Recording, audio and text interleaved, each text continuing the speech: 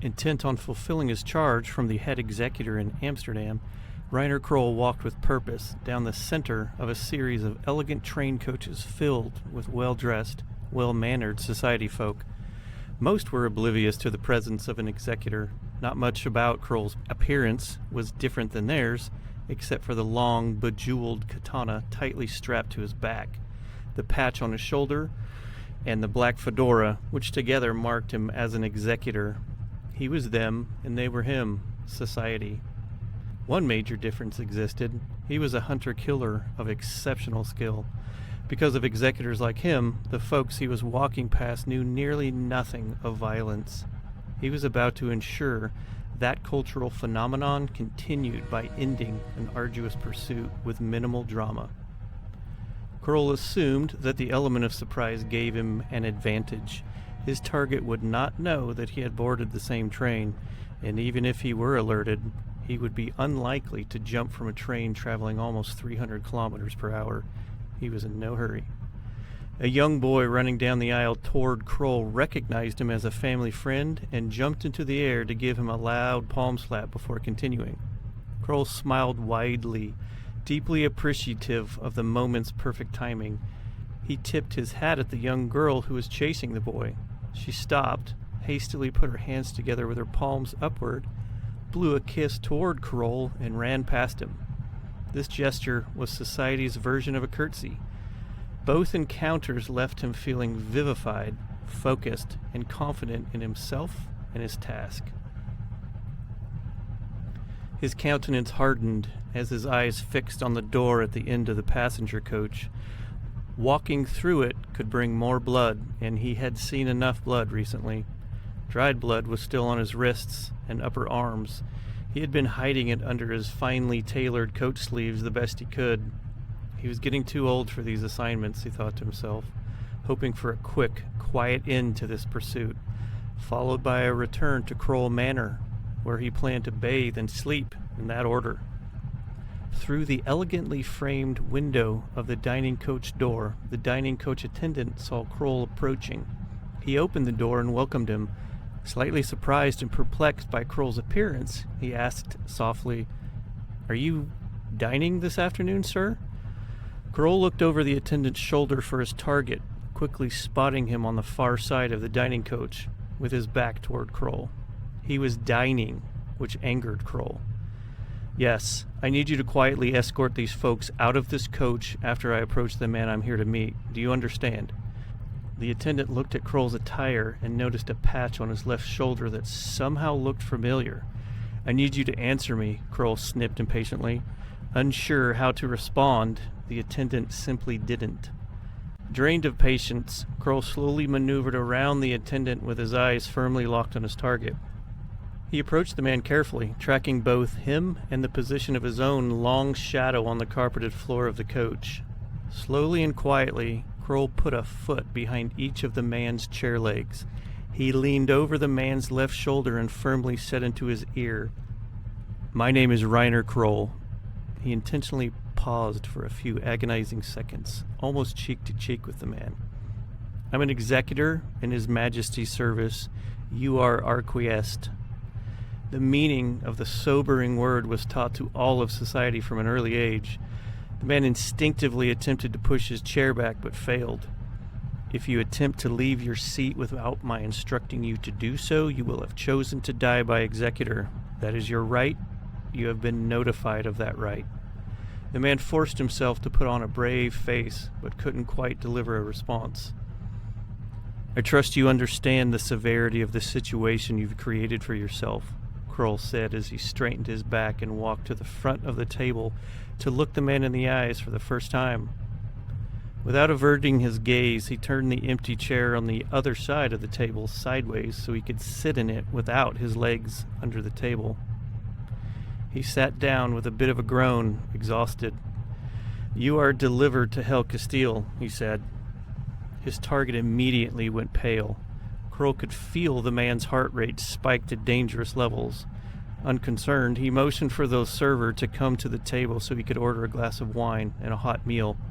It would be his first in nearly 3 days. He fully intended to enjoy it in front of the vampire he had just detained, although the stench of his fear was sour and unappetizing. He wasn't a real vampire, of course. That would be extraordinary. Vampires were uniquely rare, or perhaps even extinct, as some believed, having been hunted without mercy by executors since the two worlds split.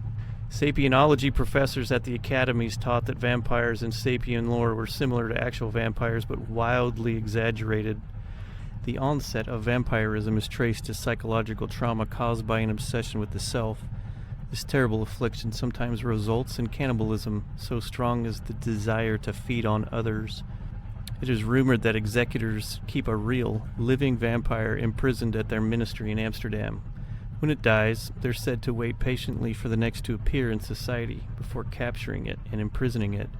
Some years have this macabre mascot and some don't. Years that have vampires are referred to in inner circles as dark, while years without one have no particular label. Executors are rumored to start their mini-gatherings with a proclamation from the master host that begins with, "We are in dark year," finishing the sentence with the total number of years in the long history of the ministry. The vampire is subject to the full proceedings of these gatherings of hunter-killers as a caged animal in the corner, knowing it will never leave. These, of course, are rumors. Society executors deem people who engage in such conversation to be both ungrateful and invasive, prying into a world from which executors protect them. The dark sorcerer sitting across from Kroll had the potential to become a vampire if not acquiesced to Hell Kasteel.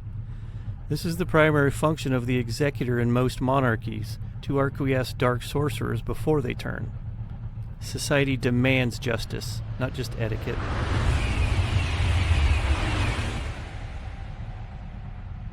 "What's the vintage?" Kroll inquired politely.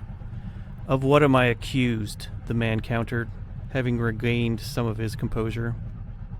5 seconds. It took us 5 seconds to resort to only asking each other questions we know the other won't answer. Did you notice? Kroll snipped rhetorically and turned his head back toward the approaching server. "Good afternoon, Your Grace." The server placed a series of utensils in front of Kroll. "The sun is nearing the horizon, sir. May I bring you a glass of the chef's evening wine?" "I've not invited you to dinner," the dark sorcerer interrupted. Replying to the server, Kroll looked back up at him after the interruption, smiled mischievously, and said, "Yes, I'd love a glass of wine and a glass of water. What is your favorite meal in the evenings?" The well-rehearsed server replied, "A large bowl of hot Hooner fricassee is my choice more often than other dishes." "That's exactly it. I'll have that as well," Kroll replied politely. "Thank you," the server said, and briskly walked away. Kroll turned his head toward the man and stared at him with pale blue eyes that rarely blinked. "That was rude, Mr. Van Eckel," Kroll proclaimed in a theatrically offended voice with a raised eyebrow and a smirk visible through his disheveled beard. "What must he think of me now?" he stated as he bobbled his head. He had a particular way of entertaining himself with quiet, biting sarcasm when he was tired or hungry. Other than all the killing, it was the only other behavior he was not proud of as a gentleman. "Destination," Kroll said in a tone that sounded more like a routine request for information and less like a question as he looked out the train window. Instantly, an artificial voice in his ear replied, "Brussels with an arrival in 48 minutes. Their ministry has been briefed and will report their readiness when able."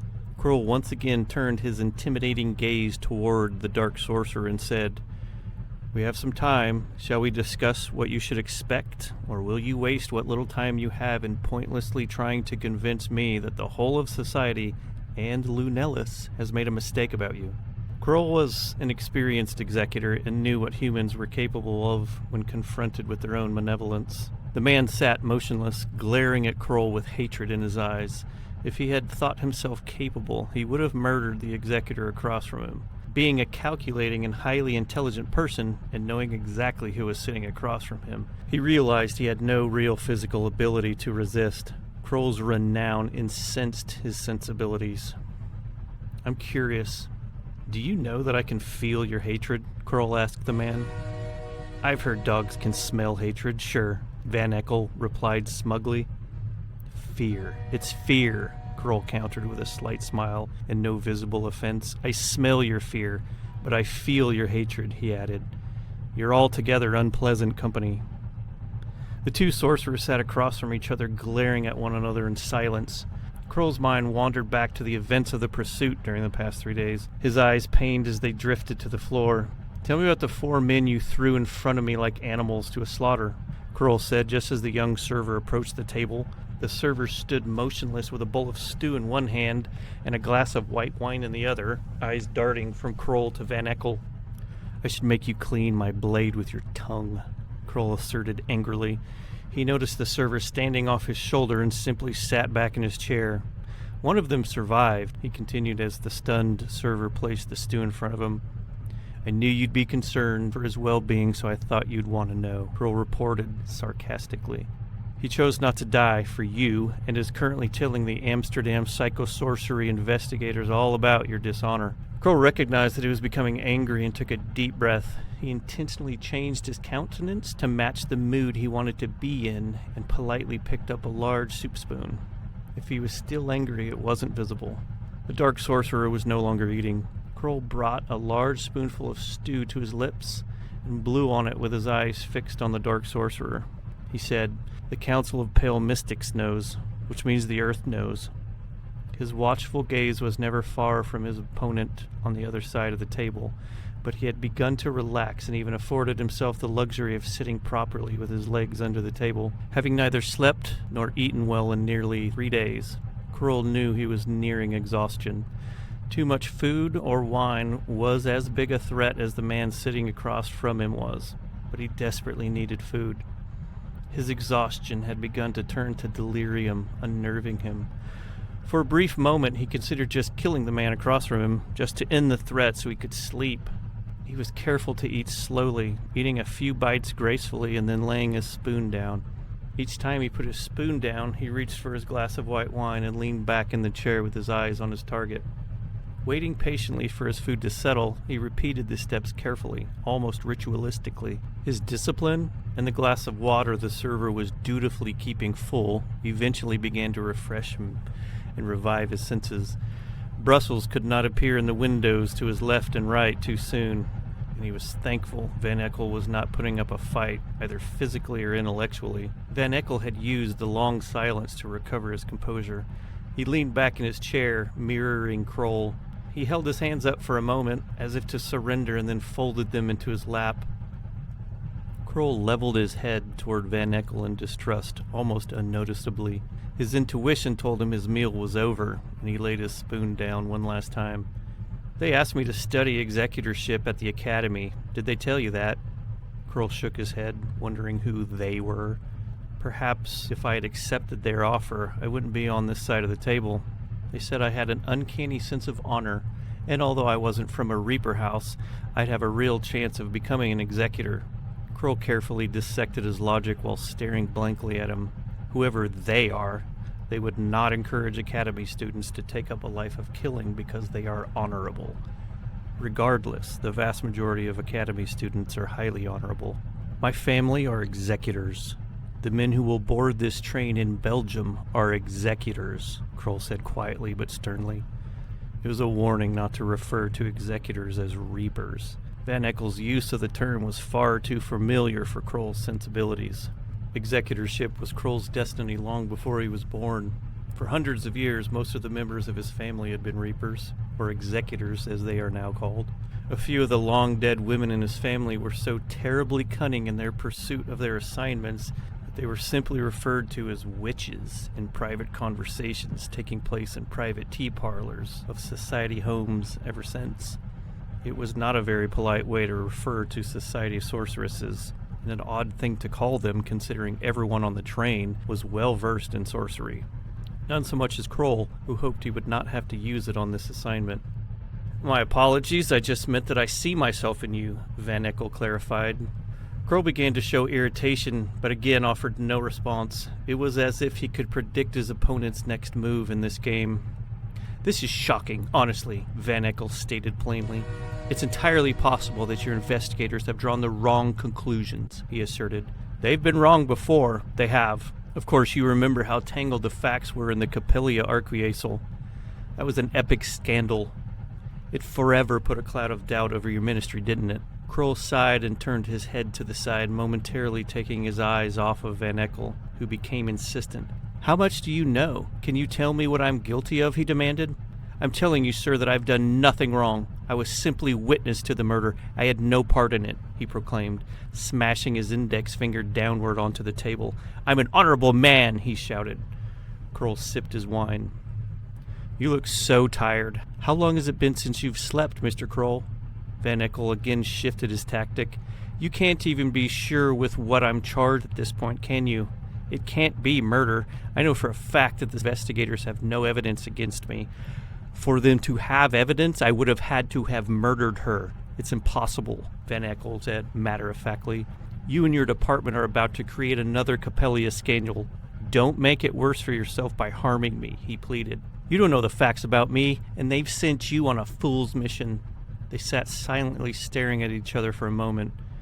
Say something. My very life is at stake, Van Eckel yelled, losing control. Your life is over, sir. You will die in Hell Kasteel, Kroll responded with indifference. Why is that? Are you going to kill me? Van Eckel shifted his tactic. How many have you killed exactly? How many people lie on the ground right now because of your sword? Compare that number with the number of people that I have supposedly killed. This whole scenario is absurd. Van Eckel's words were hurried and ineffective. Kroll scratched his nose and said, I have indeed killed far more than you have, deflecting the accusation. Your face literally bears the scars of your violence, the man shouted at Kroll. Kroll was unwillingly drawn back to a traumatic childhood moment when his fascination with a migrating pack of Eurasian wolves on his family's land had nearly cost him his life. In a moment, a group of Belgian executors will approach you where you sit. They will introduce themselves to you in terms you will understand. Kroll lingered on the words, in terms you will understand. I suggest you don't resist, Kroll concluded, knowing that it would be the most likely moment Van Eckel would choose to die by executor rather than to endure Hell Kasteel. Kroll marveled at how Van Eckel instinctively twisted reality to portray himself as the victim, when in fact he had murdered an innocent young woman. He studied his opponent across the narrow dining coach table, brow furrowed, his gaze flicking between Van Eckel's eyes like a scientist parsing baffling data. Nothing could be said to the man, so he didn't try. The man's time had run out anyhow, and that truth became heavy for both of them as the train rapidly slowed as it approached the station in Belgium. 3 Belgian executors will secure the assignment upon arrival. Their approach will be from your rear as required by protocol. You are asked to remain stationary, reported a voice in Kroll's ear. Agreed, he responded. Excuse me? Van Eckel asked. Kroll didn't bother to explain and would say nothing more to the man. The platform had been emptied in preparation for the transfer of the assignment to the Belgian executors, who would immediately board a different train bound for the rural village near Hell Kasteel. The man would then be delivered to the pale mystics who handle such things. Few sorcerers survive the fires of Hell Kasteel. Indeed, the mystics record every detail of the arquiesced dark sorcerers who manage to humble themselves enough to endure the heat that the earth purifies them with. More often, the smoke of the dark sorcerer is seen rising up from the inverted tower that descends deep into the earth. Survivors are not unheard of, however. Executors are occasionally required to endure the fires of Hell Kasteel when challenged by their sovereign.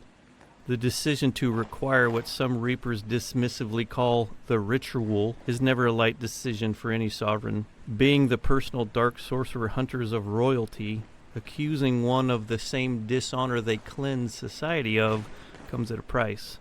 A heavy scandal follows, but the executors are seen by society as fully vindicated of whatever crime they are suspected of if they survive. Nothing is hidden from the pale mystics of Hell Kasteel. Fellow reapers celebrate those who emerge from the fires of Hell Kasteel alive. They describe the experience as terrifying, surreal, like being hurled across all of time-space and forced to feel the pain one's own dishonor has caused. The pain is said to be experienced all in a brief moment and over the length of each lifetime. Whether a member of society or an executor, absolution comes quickly, and the accused either returns to the earth or welcomed back into society with celebration and honor. The dining coach, along with the rest of the train cars, had emptied. The passengers had been politely shown the most direct path off the platform by uniformed station attendants. 2 platforms over, an empty train facing in the opposite direction, toward Kasteel.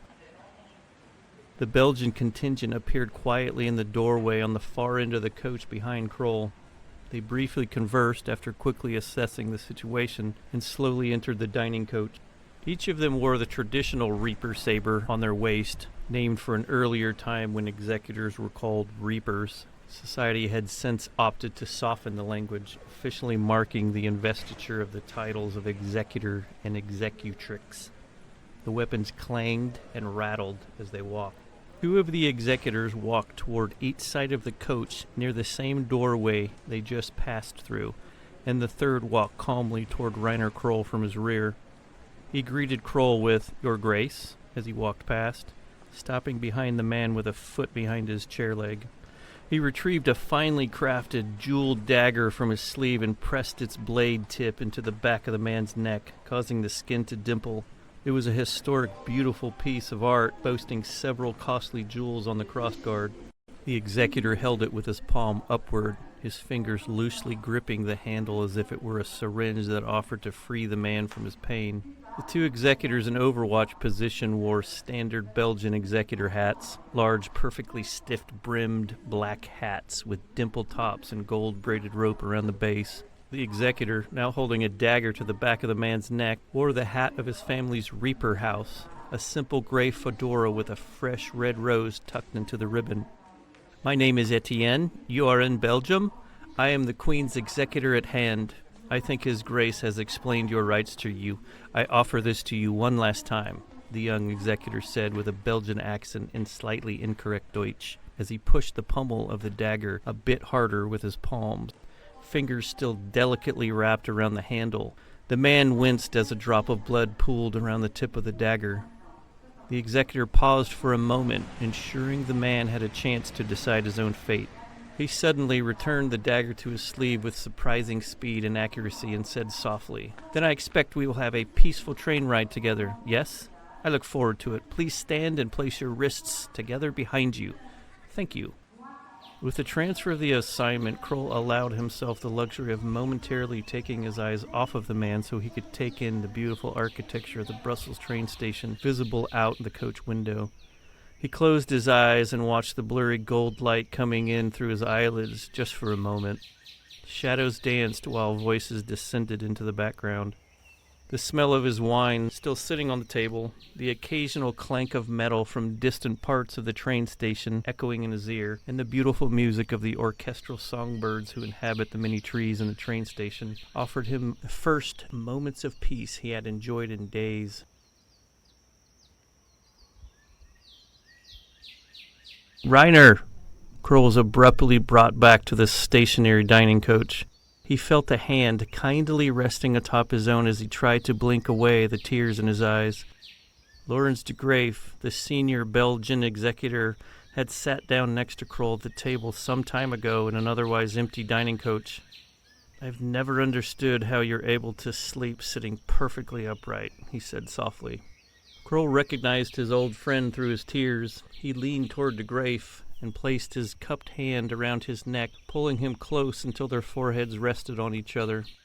The 2 men sat for a moment, each with a hand on the other's neck. De Graef, still holding Kroll's other hand on the table, squeezed it hard and shook it softly. "A man's honor and his path in life are the same, old friend. You did what you could for them." De Graef felt the heat from his friend's pain in his hand, his neck, and his forehead. He wanted to bear some of the load, to take some of his pain, but he just couldn't. The 2 Reapers sat back in their chairs. Kroll cleaned his face with the napkin sitting on his lap and drank the rest of his wine. Gently placing the glass on the table, he smiled at his friend, stood and said, "You need to get on that train, Laurens." "I need to get on that train," de Graef agreed regretfully as he stood. It had been a dreadfully long and memorably violent 3 days.